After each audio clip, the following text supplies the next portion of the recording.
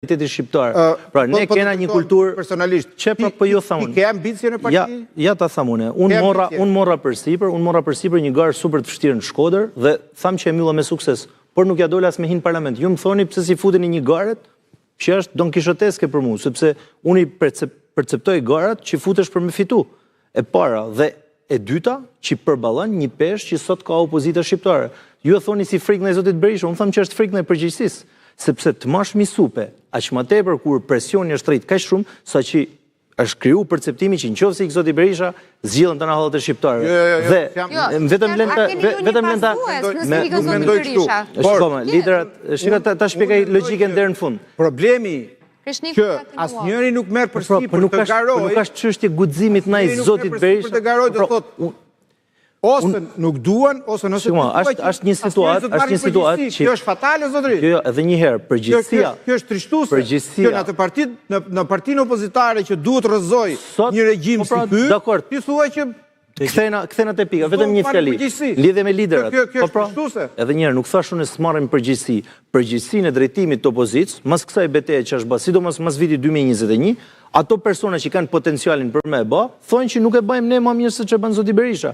Në këtë kontekst, dhe liderat të prodhum laboratore dhe me këto tentativa i prodhume një parti ku gjithë thonë liderat i prodhon kohë. Zoti Berisha është produkt i një kohe të caktuar, është produkt i disa përplasjeve të caktuara. Kohën pra, ky është problemi. Dakor, mos mund të jetë gjithkohë derisa të dalë një lider më i fortë se ai. Po si do dalë ky lideri pra? Po si do dalin lideri do dalë kur thoshin ato revolucionarë sovjetik duhet kalitet në Kullër. Po patjetër. E mbylla. Dhe sot është e sigurt që po përgatiten liderë të rinj në këto kushte. Sepse po shkon debati një linjë thelb që po bëjmë të gjithë ne këtu po bëjmë një lloj hipokrizie në thelb. Sepse këtu ka një sistem që prodhon viktima. Pra ne i themi të gjithë tjerëve që viktimizoheni. Pra kërkojmë futët nga Armedi Rama dhe me Sali Berishën, në thelb po i themi viktimizoti, se ne kemi nevojë për viktima. Po pse? Sepse harrojmë sepse sistemi që kanë prodhuar që e kanë dy individ, e kanë prodhuar 2008 këtë sistem, që automatikisht kryetarët e dy partive janë shndërruar në bosa politik. Pra janë pronarë të partive me ligj.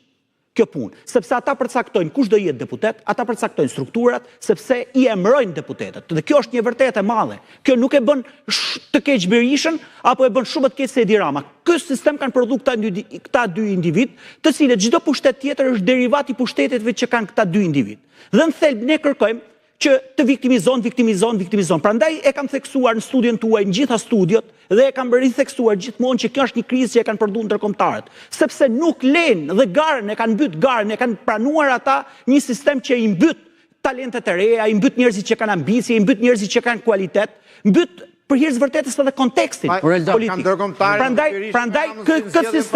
Prandaj ne ju kërkojmë individëve të ri, moshave të reja, njerëzve të viktimizohen. Në thelb nuk ndodh kjo. Se gara që duhet jetë nuk mund të ketë një pushtet shumë të madh dhe tjetri vetëm ambicien. Ambicia nuk mjafton. Duhet kesh dhe mjetet për të konkuruar me tjetrin. Kjo është e vërteta madhe. Që ta kuptoni ju dhe çdo kush audienca, kush ka studiuar politikën dhe ligjin, sepse ka mjet e gara.